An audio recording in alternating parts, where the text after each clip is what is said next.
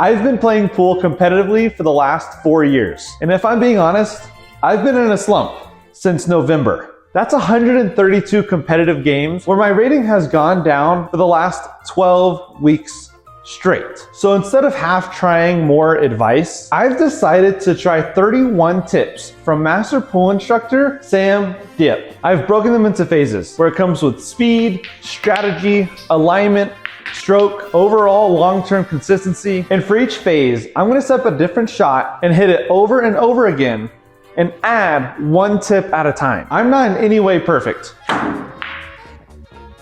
Oh.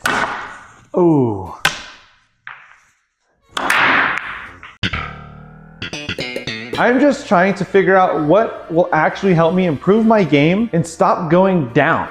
I'd rather be at a plateau going across the straight line than going downwards. So let's go ahead and get started and set up tip number 1. Alrighty, let's go ahead and move on to phase 1. Phase 1 is more about the pre-shot routine and the mental aspects. Tip number 1 from Samm is to aim while standing. Aim while you're standing up before you take your shot. So when you get down, you're not moving left and right. So we're aiming while standing, 8 ball is going here, cue ball is gonna hit on this side of the 8, and then we're gonna go into the side pocket.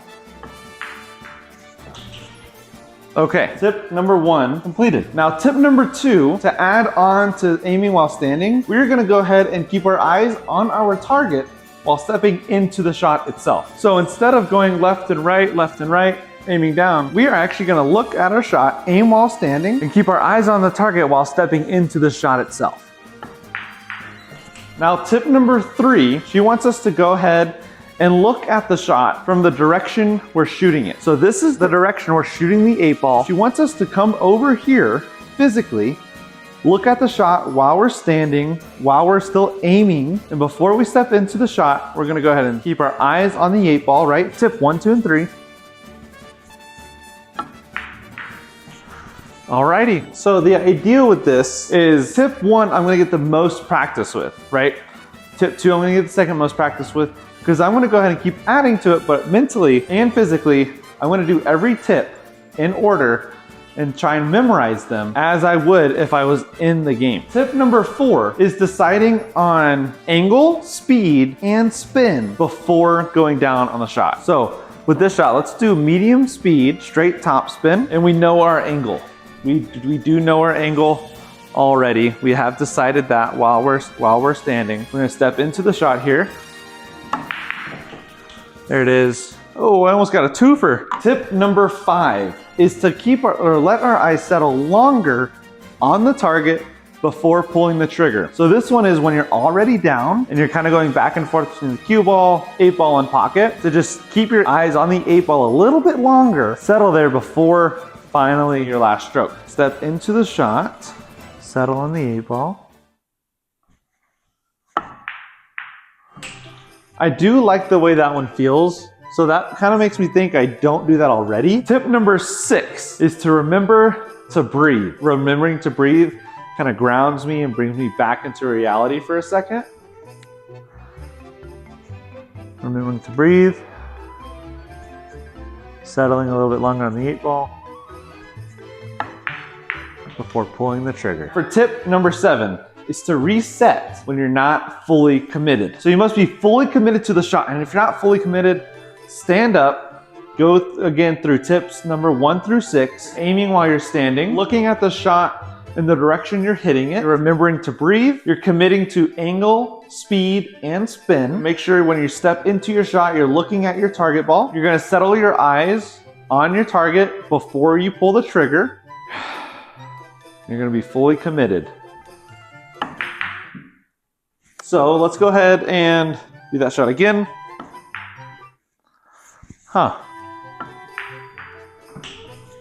Let's go ahead and reset this for phase number 2, where we're gonna be focusing on stance, alignment, and a little bit of vision. I'm gonna do a clap, and this whole scene's gonna change, okay? Clap. Tip number 1, to get your cue stick more level. This one I feel like I'm really good at, unless I'm like on the rail. Awesome. Let me know if you guys think I can get more level. Tip number 2, keep your eyes level over the cue. So the only thing I can think of is when I'm down on a shot, my cue's level, but my eyes are up here. I know for me, I need to get down on my cue stick with my chin to feel level. Tip number 3 is to double check your vision center. This one, I do know Dr. Dave has actually quite a bit of videos regarding finding your vision center. So here's like a really brief recap. Your vision center is gonna be where you line up the cue that gives you the best aim. For some people, it's gonna be underneath their left eye. Some people, it's gonna be underneath their right eye. For me, it's underneath just my chin. You definitely wanna be able to find this, especially as a beginner, because that can improve your game so fast. For tip number 4, we're gonna set this up to verify that my forearm is straight from behind.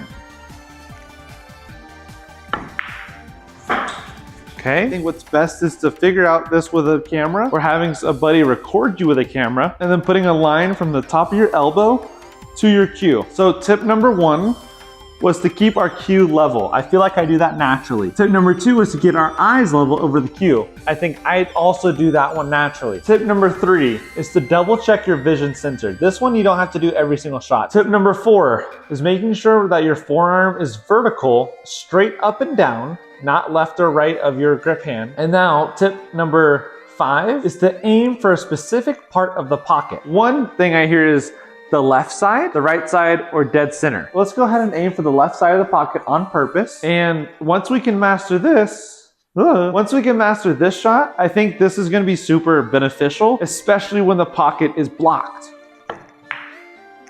Oh, that was dead center, wasn't it? That was better. Let's go ahead and move on to phase number 3. Phase number 3 is all about stroke delivery. Tip number 1 is to keep your grip hand relaxed, which is why you are way over here. You're gonna be more focused on my grip hand. This one's gonna be more focused on the shot. Keeping it relaxed. It's be a fluid, solid movement. Shouldn't feel rigid or stiff. Shot number 2. Shot number 2 is thinking about your grip hand being perpendicular at contact. Perpendicular where it's straight up when this is straight across. All right, I feel good. I feel like that was perpendicular. All right, tip number 4 is to get your Q-tip closer at contact versus out here, right? We don't want to be too far out here because we can't get an accurate representation of where the cue ball is going to make contact. If we come up a little bit and come closer, right before you touch it, you're gonna see exactly where it's gonna come into contact. Tip number 5 is to slow down your final backstroke. So instead of going the same distance or just going fast the whole time, go ahead and slow down and kind of pause.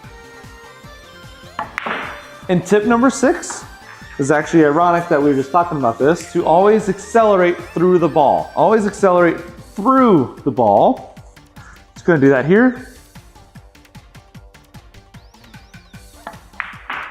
I guess that's just like another way of saying follow through, right? We are gonna go ahead and set up phase 4. Phase 4 is about speed control and touch. Samm Diep is saying pocket speed is your friend. You want to get comfortable getting the object ball just enough to where it falls on the edge of the pocket. It doesn't need to blammo into the sides or the wall. That's what's considered pocket speed, just enough for the ball to go into the pocket. So getting comfortable with that. Just nice and slow, just enough for it to fall in. Now, Samm Diep is also talking about another way to slow down your shot. It's either to shorten your bridge stroke, or if you want to keep your normal bridge stroke, like if you have to, she's talking about shortening your backhand, your backstroke. Another tip from Samm Diep is to use an appropriate bridge length. Now what that does mean is this is not an appropriate bridge length. My stroke or my shaft is all flimsy. I can't guarantee where I'm gonna hit the cue ball. This really happens when I'm like reaching really far forward and I wanna get a good hit on the 2 ball. This is a little bit better. Right? Kind of piggybacking is making sure your bridge is secure and stable. Sure, yeah, I can make this, right? Okay, yes, I can make that shot. But if I can get all my fingers in a comfortable position on the table, that ensures I have a stable stroke. It's not gonna go left or right, and that leads to a much more controlled shot, right? Tip number 5 from Sam is to make sure you use like an open bridge more than a closed bridge. More often when you're at the table, your closed bridge is actually gonna hinder you from getting a soft, smooth stroke. Open bridge more often than anything. Epic cool transition from phase 4 to phase 5.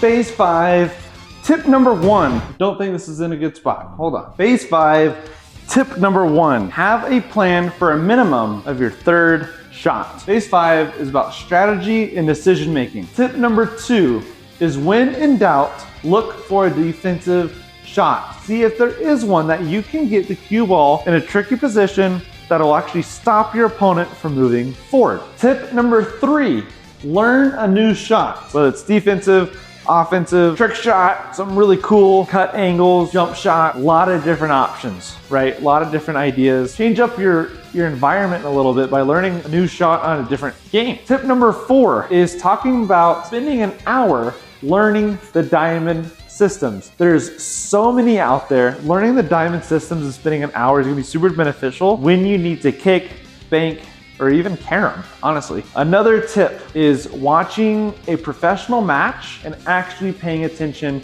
and listening. And it is super important, so that way you can learn from their mistakes and not make the same ones in your own pool game. That is all I got for you guys. I will be sure to list all 31 tips from her post in the description, or I'll either pin it in the top comments. I might do that as well. Let me know what tip works best for you and shows that immediate change. Maybe it's something that you haven't heard before that's really cool, it stands out. Again, thank you so much for Samm Diep for giving these tips to all of us and allowing me to make a video and showcase each one individually. Be sure to check out her channel. I'll also link it into the description. She's also a collaborator on this video, so you might not even have to go that far. You should just be able to find her right next to my account. I think that's how the YouTube thing works. That's all I got for you guys. Thank you guys so much for watching. This has been Trent on the break. Peace.